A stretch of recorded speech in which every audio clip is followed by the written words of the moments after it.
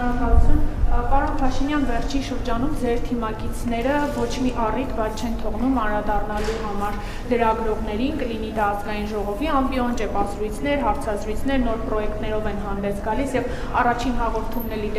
ինչ-որ բլոկով նվիրված էր լրագրողներին,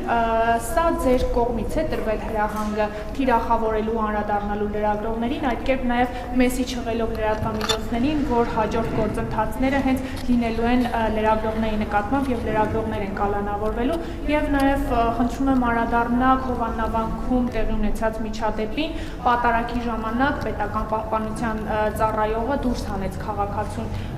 եկեղեցուց լռեցնելով նրա ձայնը սրա հրահանգել եք իդեպ դուք տվել շնորհակալություն Գիտեք ես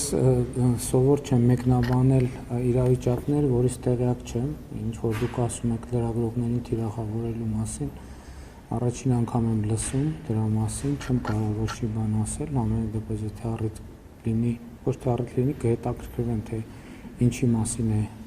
խոսքը, եթե կոնկրետ ելույթներ նկատի ունեք, խնդրում եմ փոխանցեք, որպեսզի ես ավելի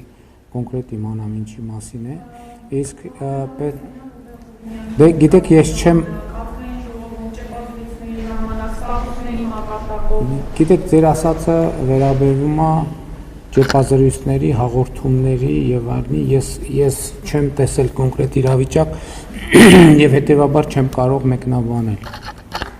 Առիթ կլինի, ասում եմ, եթե կոնկրետ բան նկատի ունեք, այդ ելույթները կարող եք ուղարկել, ասել, այս վարքյանից, այս ինչ վարքյանը նկատի ունեմ, այս րոպեից, այս ինչ րոպեն նկատի ունեմ, mən խնդրում եմ չասեք, այս ամբողջը նկատի ունեմ, որովհետեւ չեմ կարողանալու ամբողջը նայել։ Ինչ վերաբերում է Հովաննավանքի դեպքին Ես պետական պահպանության ծառայությունից բացատրություններ եմ խնդրել եւ նրանք ասել են, որ որոշում է կայացվել այդ թվում այդ քաղաքացու անվտանգությունը ապահովելու նկատառումով, որովհետեւ նրա պահվածքը մարդկանց շրջանում որոշակի ագրեսիվություն կարող էր առաջացնել եւ դրա համար այդ որոշումը կայացվել։ Շնորհակալություն, Նարեկ Գիրապետյան Պարոն վարչապետ, դուք հայտարարել եք, որ առաջադրվում եք առաջիկա ընտրությունների եւ կուսակցությունը նոր մոտեցում է ըստ էության ցուցաբերում թեկնածուների հավաքագրման հետ կապված, խնդրում եմ պարզաբանել դա ինչով է պայմանավորված եւ գումարի չափը 500,000 կուսակցականների դեպքում եւ 1.5 միլիոն անկուսակցականների դեպքում, ինչպես է այդ գումարը որոշվել է չափը, այդ գումարը ինչ է լինելու արդյոք այստեղ շուտ կոռուպցիոն դրսևորումներ չեն կարող լինել։ Ինչ կոռուպցիոն դրսևորում։ Նախ ասեմ, որ այն ինչ որ դուք ասում եք նորություն, ոչ մի բան նորություն չի։ Այսինքն այդպես միշտ տեղի ունեցել քաղաքացիական պայմանագիր կուսակցության դեպքում, այլ բան, որ թե ինչքանով է դա հանրային ուշադրություն գրավել, ինչքանով ոչ, իմիջիայլոց ուզում եմ ասել հերթական ընտրությունների պարագայում, օրինակ 2017 թվականի հերթական ընտրություններում մենք նույն սկզբունքով ենք արել, որովհետև մեր կանոնադրության համաձայն էլ մենք արտահերթ ընտրությունների դեպքում, քանի որ ժամանակացույցի խնդիր կա, ցուցակը մի քիչ արագացված ռեժիմով է ձևավորվում, իսկ հերթական ընտրությունների դեպքում ավելի, այսպես ասած, տևական process-ի արդյունքում մենք փաստորեն 2026 թվականին նախորդ հերթական ընտրությունը, որին քաղաքացիական պայմանագիր կուսակցությունը մասնակցել է, եղել է 2017 թվականի հերթական խորհրդարանական ընտրությունները եւ մենք ամեն ինչ նույն ձևով ենք արել։ Երկրորդը առաջադրումների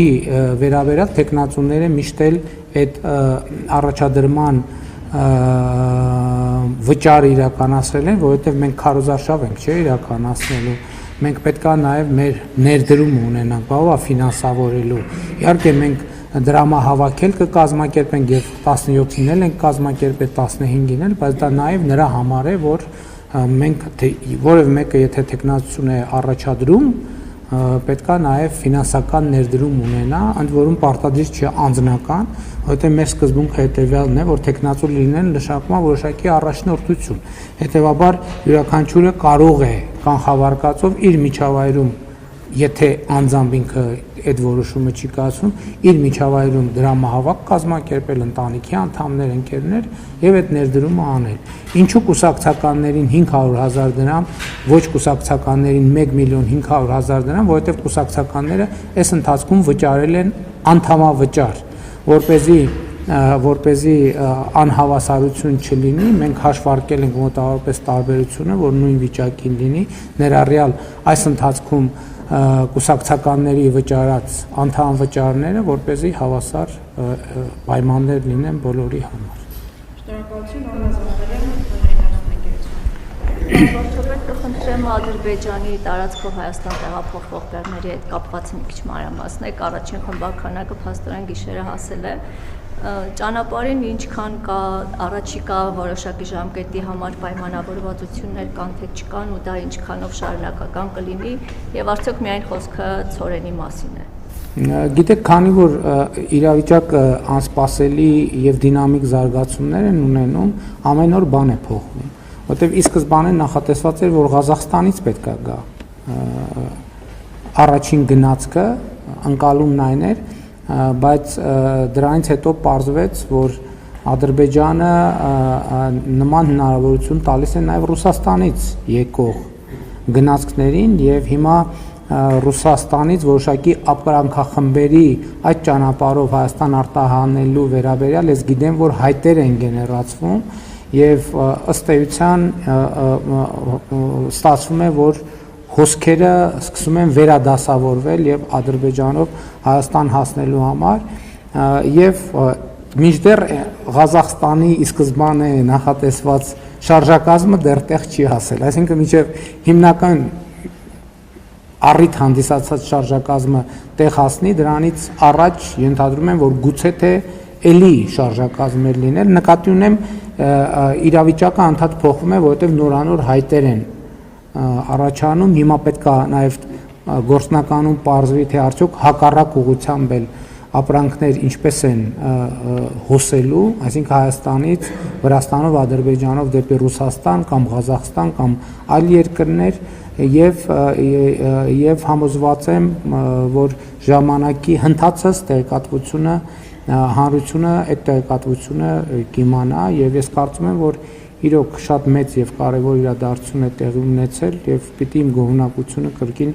արտահայտեմ դրա վերաբերյալ եւս մեկ անգամ արտահայտեմ մեր պատրաստակամությունը Մարգարակորնիձոր եւ հակառակ երթուղով ապահովել թուրքական եւ ադրբեջանական բեռնատարների անցումը Թուրքիայից Ադրբեջան եւ Ադրբեջանից Թուրքիա